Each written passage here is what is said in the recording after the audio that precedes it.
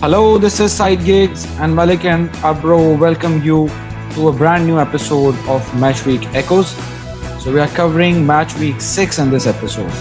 Welcome to the show, Mr. Abro. Assalamualaikum. Thank you so much, Melissa, for having me again. Yes, Sundays and lots of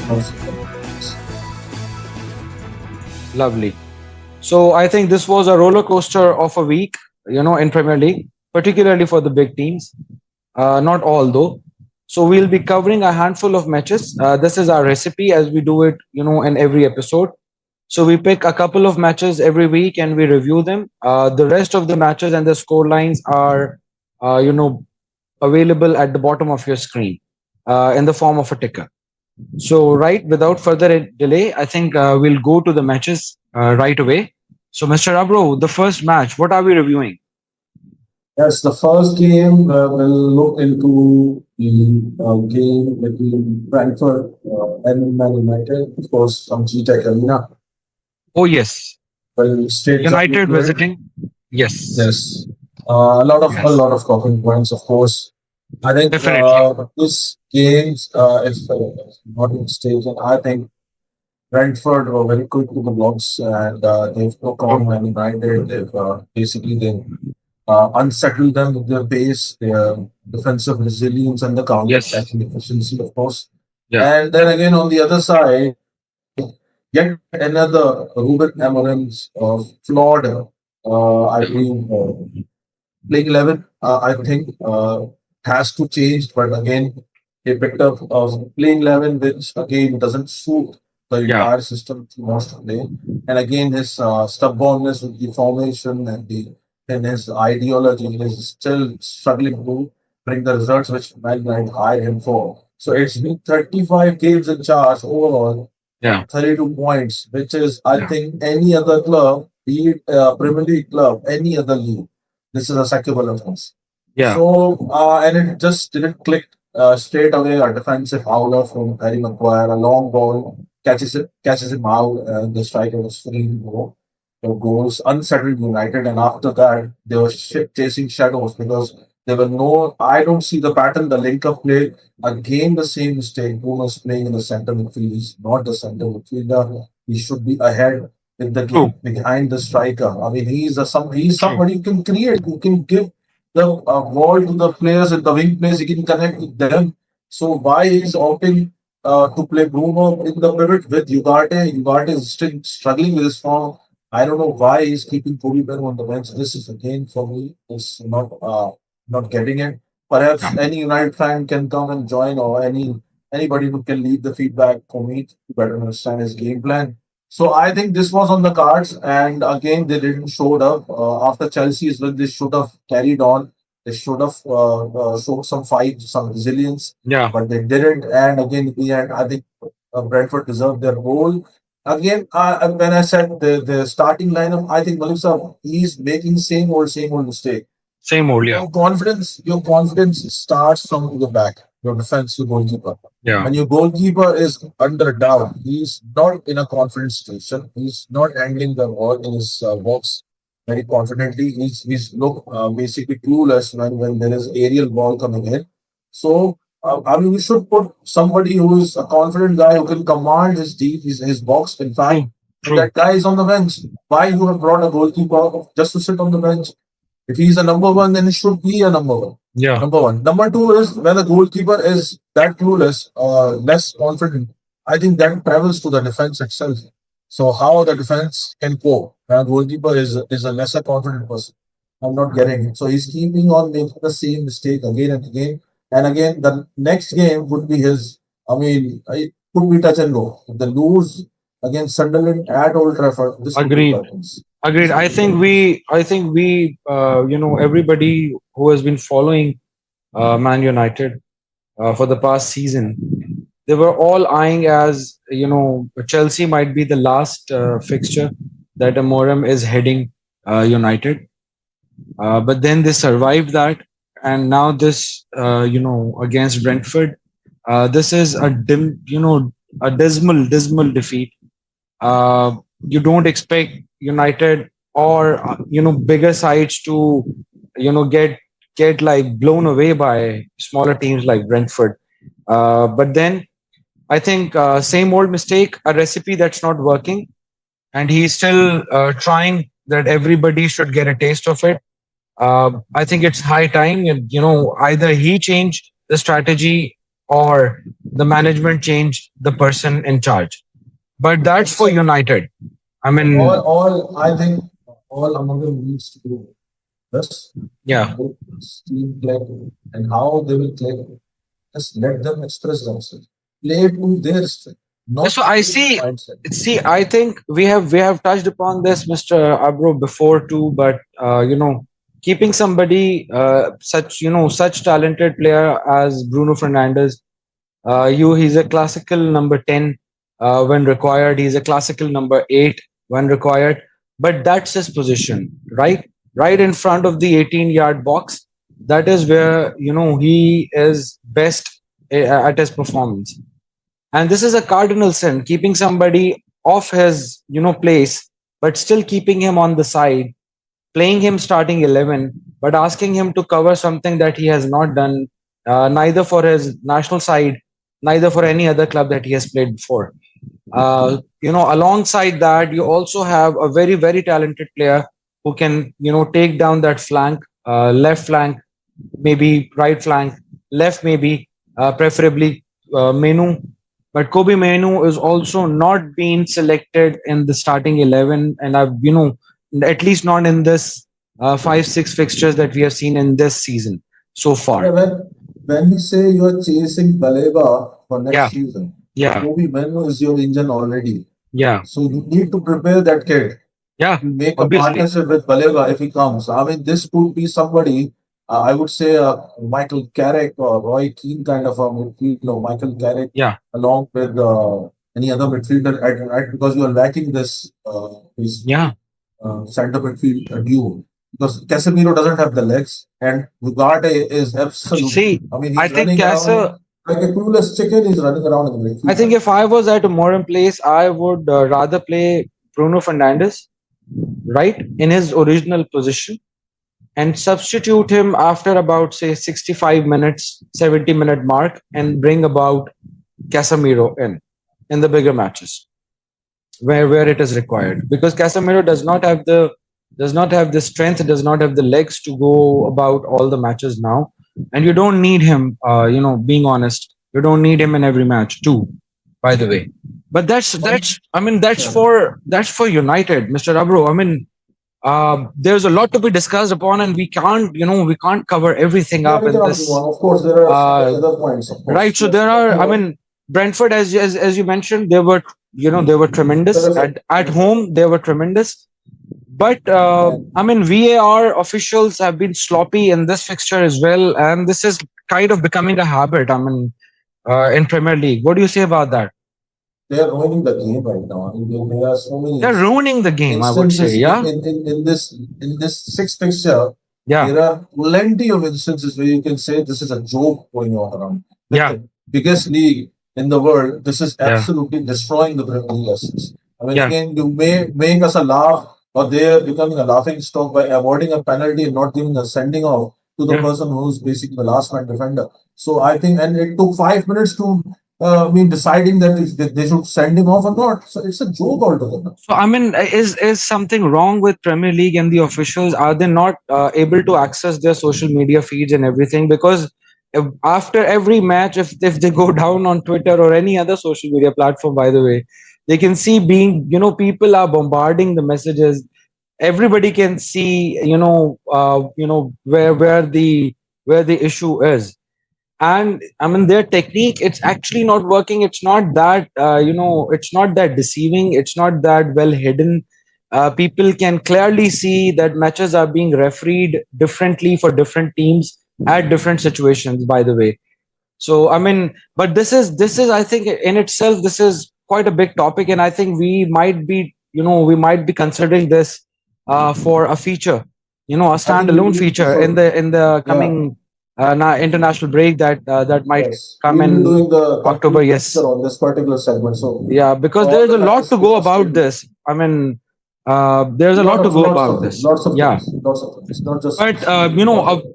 a very, very lovely 3 points for Brentford and an eye opener for, Manchester United in the very first fixture that we reviewed. Right, let's move on. The second fixture, and I think it's a carbon copy of what we discussed in the first fixture too, by the way. Yes, absolutely. Not much difference. We are going Absolutely. to Stamford Bridge and Yeah. of course Chelsea in all sort of forms. All sort of Yeah. forms. And I I think think, right, I think United were at least visiting, the other team. Chelsea here at home. I mean, oh, this is plus. this is an even bigger blunder Wow, than man. United. I Yeah, mean, yes, I mean, with 10 men doesn't, yeah. of course, this will an additional thing to Achha, but take then on. again, But Mr. again, Abro, 10 men. I mean, 10 men. Now, is this it's the something a second bad game. karma? Coming back to Chelsea. Is this they are being habitual to it? This is the No, second week in a row that they're one I, of the players being sent off.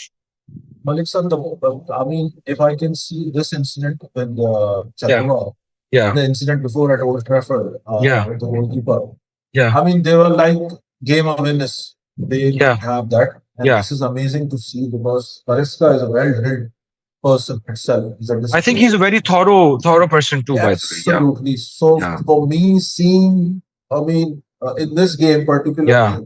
Chalova going with 1v1 or with the forward he's marking, he should not have gone on and tackled him or brought him down. He should carried on running with him. And He's that going too, nowhere. yeah, that too from behind. That At too a least he tackle would from have behind. given at least he would have given himself a chance. If the forward was striking towards a goal, let him strike. Goalkeeper is there. There might have been a save. Yeah, there could have been a save. Could have been anything. I Now, mean, so why it was not a position. It was not a moment that the goal looked exactly? certain. So It did I think not look certain. I mean, there was game a risk. awareness, Yeah, game awareness, and perhaps too aggressive. At and times I it think seemed too I think aggressive. this was the first fixture when Chalobah had after a haircut, and I thought Yes, maybe not a good omen. the haircut went too deep. Uh, you Not a know, good omen. it went too deep. Yeah, it Yeah, did not start with the dome. It went inside. I think But in I the other mean, side, yeah, on the other side, one more notable thing is yeah, I think we can see Moises Caicedo struggling in defensive. he He is. is basically he's not in his prime. He's Yeah, struggling. yeah, he is. Maybe I mean there must be something, some formational tactics or some. I mean some tinkering needs to be done by Maresca or maybe a motivational thing. But I think I can clearly see his body language. He was struggling. The entire Yep, match he was struggling, and we true, saw that after post game he true, basically true, true. I think he was involved in sort of bust up of Brighton player. Again, I mean, I he's think losing his nerves. It can be either because he might be exhausted because of playing a lot of matches, and his bit is a very tractor like role in the team that he has to go to and fro back and back again. But what you also discussed earlier too, by the way, that Enzo Maresca needs to find different people, a combination of different starting 11 for different situations and different opponents. That can also be looked into as different competitions too, since they are also taking part in more than one. And I think here, just I think I liked seeing Jorel Hato starting the 11 for a change. That was nice. I But think I think one they. more Estevao also was like very selfish that game. I saw Achha, him I there think were chances Estevao. there Yeah, were instances he absolutely, can pass it through, but he was very selfish absolutely. there. I think Yohani, you I think brought this up very rightly. I think Chelsea could have put the game to bed in the very first half if They had if chances, yes. Estevao had not been that selfish. They had Both. 17 shots, Yes. out of which I mean, four on target. I mean, look at Yeah. Brighton. Yeah. And mostly it came in the second half when after the sending off. So it And took pace. So, but when you have chances to at least you bring should a person, yes, you you should should take them materialize out. them. And Yes, also, no carbon absences. I mean that That's Estevao not an excuse. situation. Estevao, if I've been observing him. He's a brilliant kid. He's a brilliant young talent.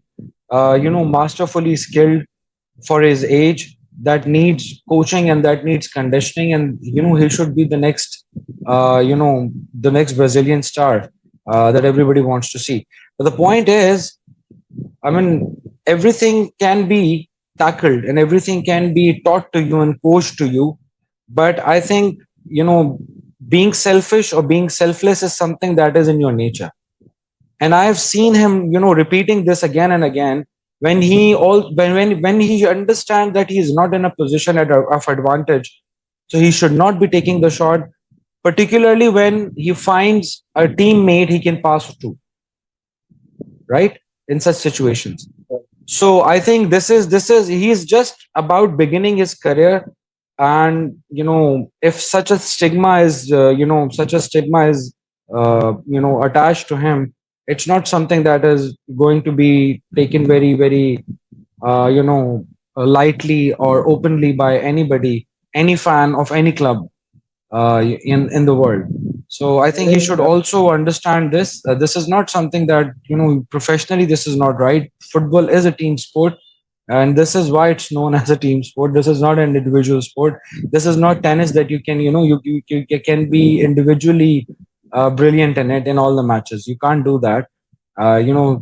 Those such occasions do arise at times, but this is on the whole, this is a team sport. So I think, game awareness and lastly, I think the noises from Stamford Bridge since yeah, yesterday's defeat not considering so positive for Maresca because Maraska, yeah. in a certain element in the management, they basically want him to give another chance, and that another Yeah. chance is a very huge chance and perhaps a game-changing match for him So and for Chelsea could be because next yeah, the week next they are fixture, welcoming Liverpool. yeah, It's a must-win game for Maresca and Chelsea. and Chelsea, yes, for Maresca and Chelsea both. Yes. And we also know that, in the past, Chelsea, though Premier League is very, very ruthless, very brutal with sacking the managers. And I think Chelsea is amongst the very, very top three clubs that is, infamous for conducting such activities very often, by the way. So yes, a very important fixture coming up for Maresca and for Chelsea. Here again, as as we concluded the last first match, a lovely, lovely game by Brighton, visiting Stamford Bridge. Lovely football. I think dismal. Clinical. They were Absolutely, clinical. they were clinical. Yeah, they were Very clinical. clinical. No, nothing much. Of issues that I can highlight in their side of play, and a lot of them in Chelsea's gameplay and how they talk about the game on the whole. So lovely 3 points for Brighton, nevertheless. But again, the consecutively two matches that we have reviewed, where the bigger teams uh, have underperformed terribly by them. And Howlers. Two howlers. Right. So I think So, we move on. We move on to tell a us about third fixture. shock of the week, perhaps. Yeah. Oh Well, yeah. so we'll start from Sellers Park. I think any Liverpool fan, I think Yeah. this was coming. They should have expected it. This was on the cards. We've True. been telling in True. True. our True. entirety in this Yeah. episodes that they are about to lose And points on the road because you are defensively vulnerable. So again, I I mean, mean, heads off to yeah. Yes. Can Crystal we, Palace. Mr. Abro? Can we start from here itself? Brilliant, brilliant football by Palace. I mean, they were Absolutely basically brilliant. they didn't change much. They Yeah. of course they have beaten them in the community shield Yeah. in Premier League. Yeah. So they didn't change. I mean, Much Oliver of it. Yes. Glasner has Yeah. done some fantastic work with the Yeah. limited squad he has on his disposal. And look at Palace. They've sold Eze. They've Yes. sold Olise to Bayern. Yeah. Don't have the star wingers at the moment. They have a They don't. striker pretty much, very much And new. I mean, look at the midfield and this attackers and the entire force. and They, and they and one more notable player, which could we could see the player moving towards a bigger club. This is Morton. He was a rock in the Oh midfield. I yes, mean, he dictated, dominated yes, Liverpool. Liverpool, I mean, they just look at the stats.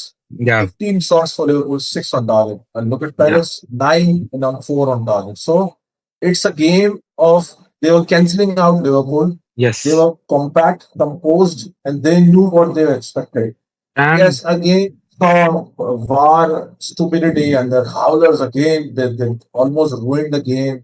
How Salah's hand no, was so I think this was sorry, can I think but this is the hand of God 21st century version of 2.0, course, yes. You when VAR right? is taking a look at it, I mean, Yeah. uh, I'm not. This is not me. I mean, I'm not against anything, any club right now. Of course, we do care of the emotions of respective fans who view this podcast and view our Oh channel. yes, yes, Do yes, of respect it, course. but the fact is, I mean, the poor decision making from the onset from VAR has been. I mean, it's basically damaging the Premier League itself.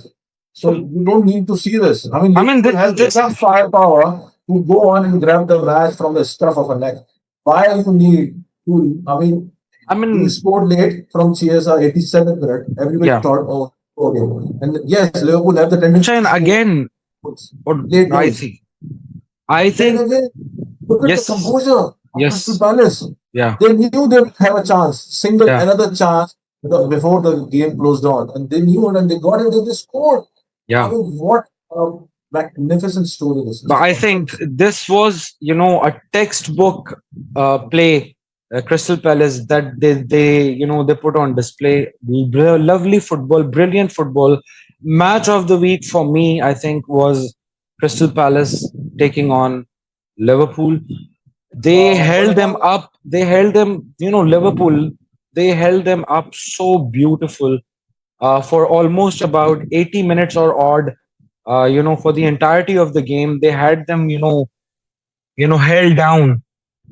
And I mean, when once they were defensively, struck they were with a goal, solid. they come back Solid. so good. Yes, I mean, I mean, absolutely solid. One more thing, that just I mean, a factual thing I need to share with the fans yeah, who are watching.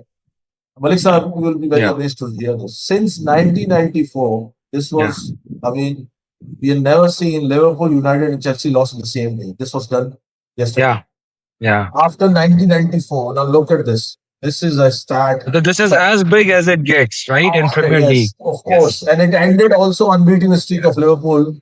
11 trips to yeah, the Palace and they've won 10 and drawn 1. So this is has yeah. ended Ending yesterday. to that too. Amazing win. Amazing But win now, for Crystal amazing. I Palace. think this week, we, the sites which are considered relatively smaller in terms of sizes and in terms of resources and Always. everything, and their history and their pedigree and etc.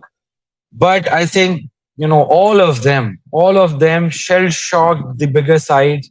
I think this was one hell of a week, as you have now explained. Since 1994, so it's about 30 years down the line. Yes, absolutely. After 30 So years. yeah, after 30 years.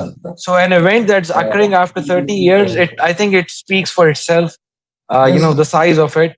How far the But Premier League comes, yes. but yes, lovely, lovely display of football from Brentford, from Brighton, and even better from the next Crystal Palace. The manager that I think his initials also say OG, and I mean he is. Yeah, I think he's we are a fan of he, him he- he's since somebody who's also shortlisted for United candidates. I think he's He's still he's connected one as of the I think, candidates. and He's one still of the is. candidates when I Yeah, looking at yeah. him right now. So he could. So I think he's still is still being considered. He's still in the I book. think he's. I I think think he's a Premier League proven. He's proven his basically his what I say. He's proven his doubters in the so. Premier I League. think In the the most first game when important. everybody doubted him, he I made struggle. think But look at what he's Maliksa, done. Mr. Abro. I think the most important USP, the character trait of Mr. Oliver that I like is that he is somebody who actually does not give up on the fight. This is, I think, his best character trait that he has, and he keeps his side so energetic, so I composed, think composure, and the way they are compact so yeah, I defending, mean, he but because they are counter attacking team. Like, they are a Spurs, counter attacking team, they and are very good at it. you have mentioned it right, that he is Premier League proven.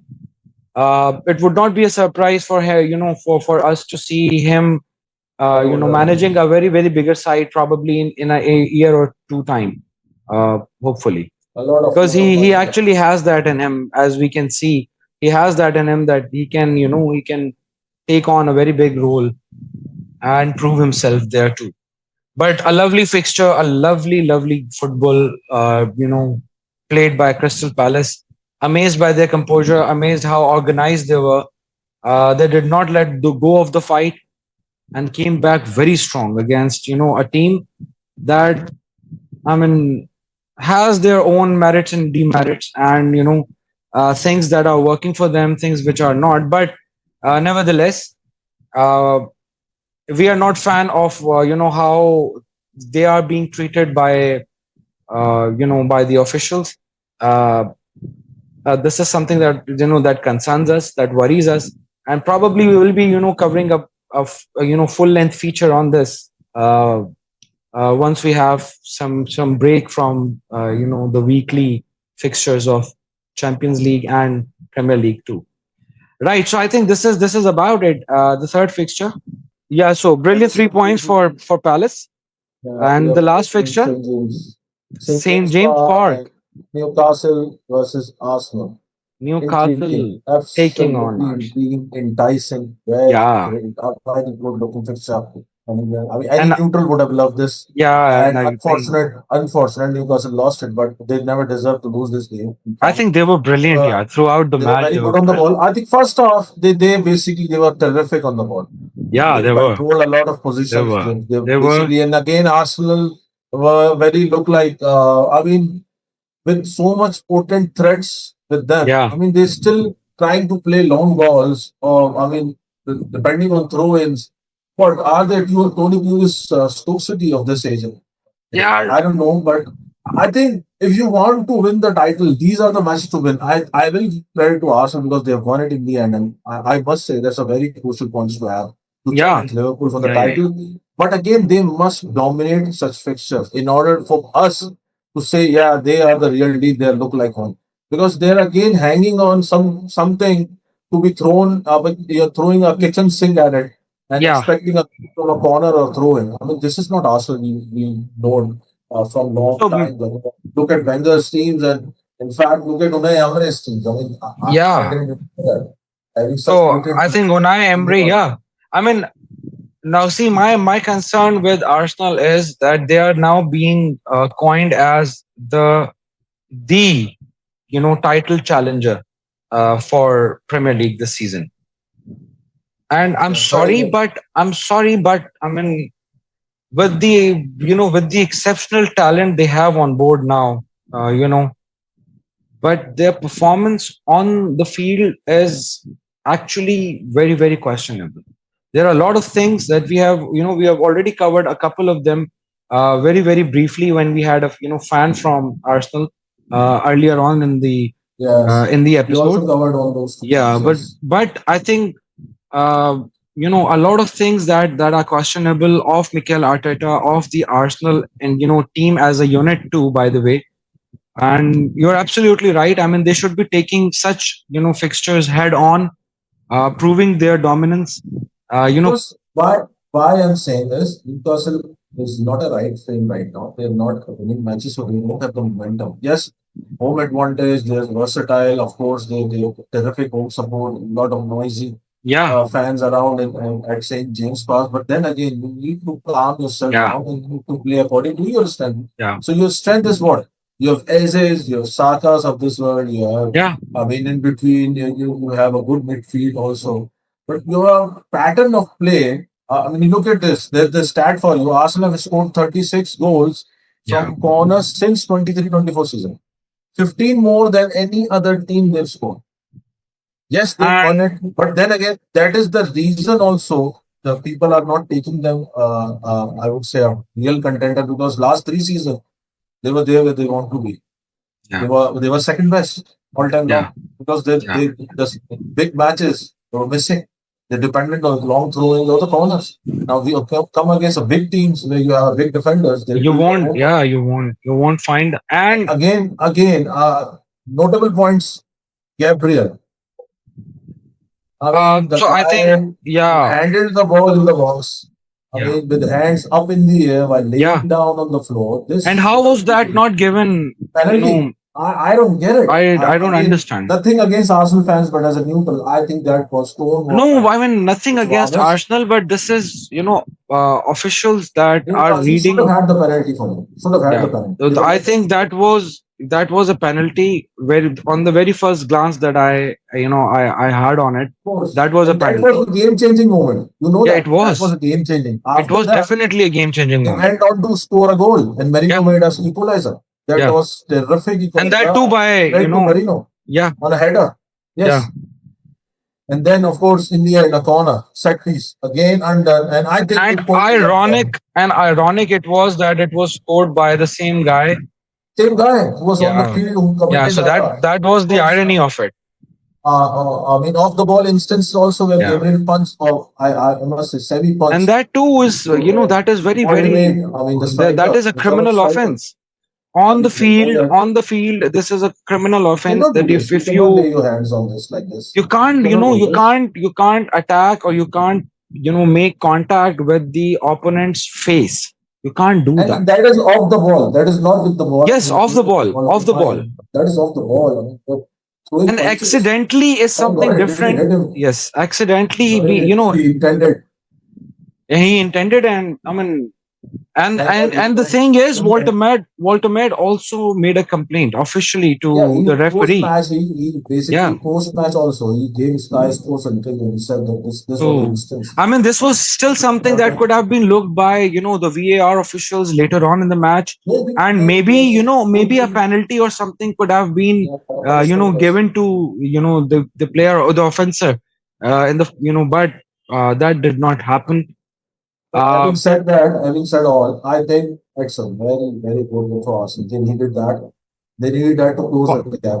This was not done previous season.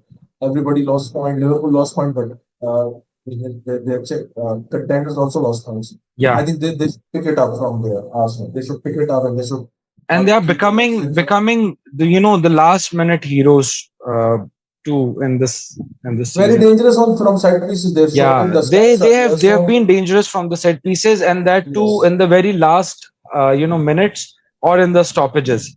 They are they are been scoring consistently during this phase. A brilliant football by them. But I also say they that were good in second half. They were very good in second yes, half. Newcastle I also they also tried played a various very very elements. nice They were very football. good in second half. They Yes. basically dominated Newcastle. They played in their own half. No, Newcastle I think yes. So I think good point. Very this is good what we points for call Arteta. this game was this was a game of two halves, because the Yes. first was dominated by Newcastle United.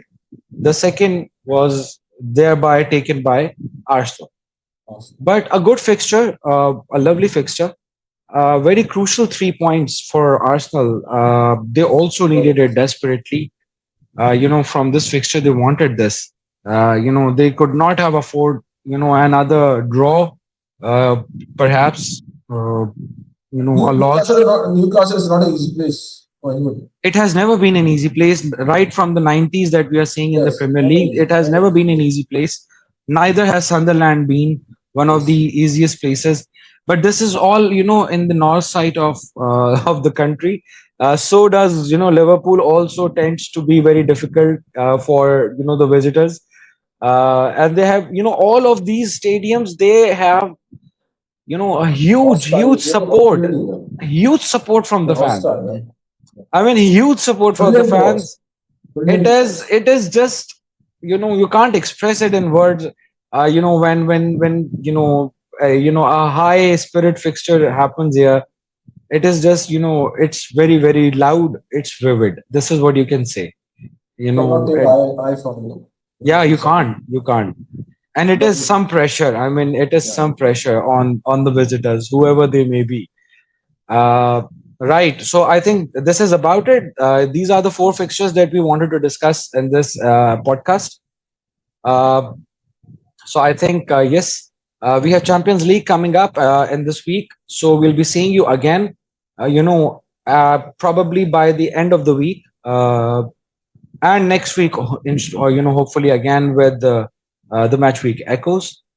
In the meantime, we put up a very humble plea, a very humble request to you all to please like and subscribe the channel, and also share it amongst your friends and family who like football and who follow football. So this is it. I think this is where we sign off.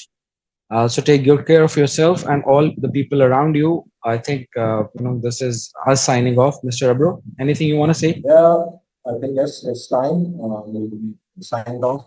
Yeah. Of course, just as myself mentioned that please keep tuning in. The suggestions, your comments are very, very important for us because Yeah. we are absolutely in the process to improve in ourselves also. So Yeah. we want to bring the best for you guys who come and see. So for that, keep tuning in, do subscribe, and of course, share the channel also. Adios Right. from my side. See you next time. Ciao, guys. Take care. Allah Hafiz. Bye-bye. Bye bye.